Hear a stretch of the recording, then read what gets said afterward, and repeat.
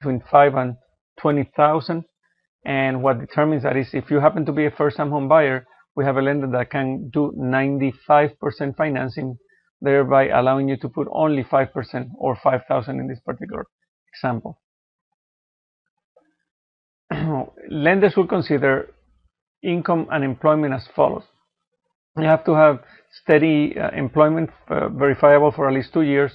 If you were a student, then that doesn't necessarily apply. You can actually may have graduated last month, and as long as you've been working for at least 1 month, and you can show that you were going to school for the profession that you're into right now, then that's all perfectly allowable.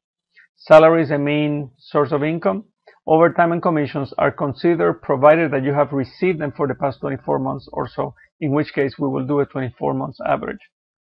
Interest and dividends on investments, that it definitely is a possibility of as an income, but you must show that you have received it for the past year and that you're going to continue to receive them for the next 3 years. Social Security and pension is treated just like a salary. Alimony or child support, if you're receiving it and you want to report it for qualification purposes, it can be used. You just have to show that you have received it for the past year and that you're going to continue to receive it for the next 3. Assets, you have to have a certain amount in the bank to pay for the down payment and closing costs. Anything you have in checking or savings, sale of an asset, such as like if you sold your property, the proceeds can be used obviously to purchase a new one. You can withdraw funds from your 401k, or you can do a loan against your 401k. You can get a cash value, cash out your life insurance. You can get a gift from a relative or a grant from a local employment, from a local government agency. And there are many other sources of potential assets, and we have them all outlined in a special free report. Be sure to ask for it after you finish watching this video. Credit history, it's composed of your loan balances, how much balances, how high your balances are compared to your credit history, your credit balance, your credit limit. Number of new inquiries, that how many loans have you applied for the past 3 months.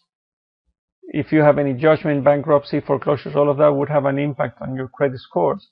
Now, if you have a foreclosure or a short sale, you're going to have to wait at least 3 years before buying a property.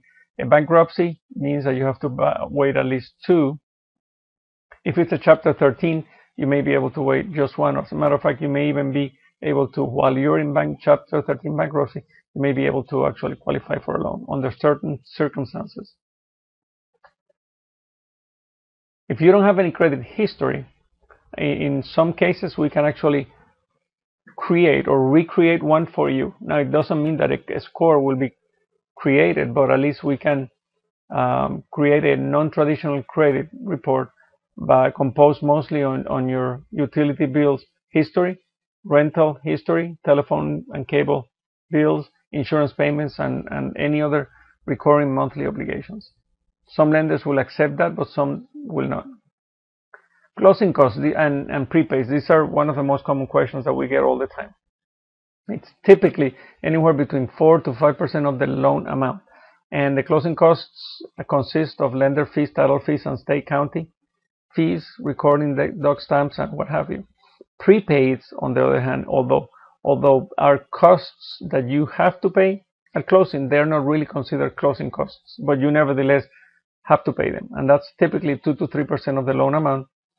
And it will include a few days of interest for the month that you're closing. It will include at least 1 year in advance for your homeowner's insurance and flood if you're required, and several months in reserves to pay for your taxes later on in the year. Your mortgage payment will include the following: your principal, which is the main loan that you're paying back, interest to the bank, escrow, which means an extra amount that you're paying for property taxes and insurance so that your lender will pay those items when they become due a year from now. And then your private mortgage insurance, which is the insurance that the lender makes you, the borrower, to pay for in case of a default. That actually protects the lender, but it comes as a cost to you.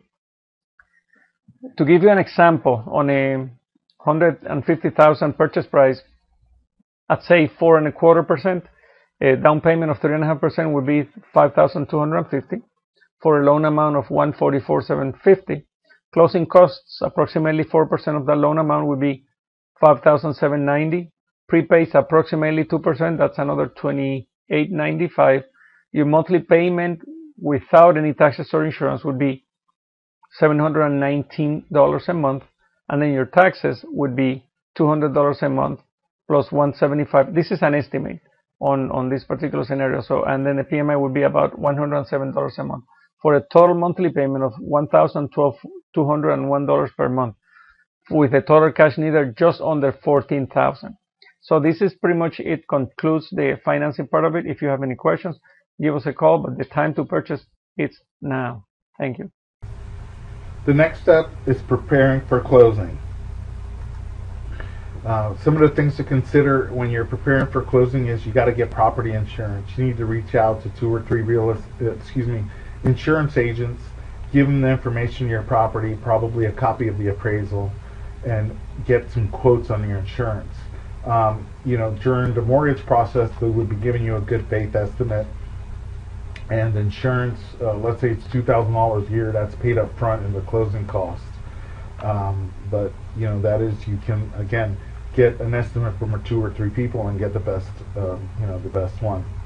Also, there'd be securing title insurance. The closing, the title company, which in many cases the seller picks, would secure title insurance. And that, what title insurance is if there's anybody has a claim to the title of the property, you would have insurance to say it's free and clear and it's yours. Also, the home inspection is a crucial part, and your real estate agent would be negotiating that in the contract and helping you through the home inspection process. After that, you pack and move and you make the financial arrangements. When preparing for the closing, there's also some of the major documents is the note. That's a mortgage note. That's a note payable. That says that you're going to pay back to the bank whatever amount you borrowed with the interest rate and the payments in there. There's a mortgage document as well. And then there may be some affidavits and a deed. The deed is like the title to the property. Some of the closing costs may include the origination, discount points, appraisal fees, credit reports, assumption fees, title charges, insurance, and again, all those will probably be covered in the good faith. And in that good faith estimate, they have a total of the cash that you need to close. That's important to go over that and make sure it includes the full first year premium of insurance, so that you have the total amount you need to close on the property.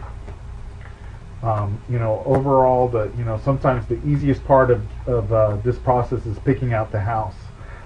There's a lot from selecting the realtor, the marketing, negotiating, the contract acceptance, inspection, repairs, the documents, the verifications, the appraisals, the mortgage, the credit, the underwriting, going to closing, approval for the HOAs.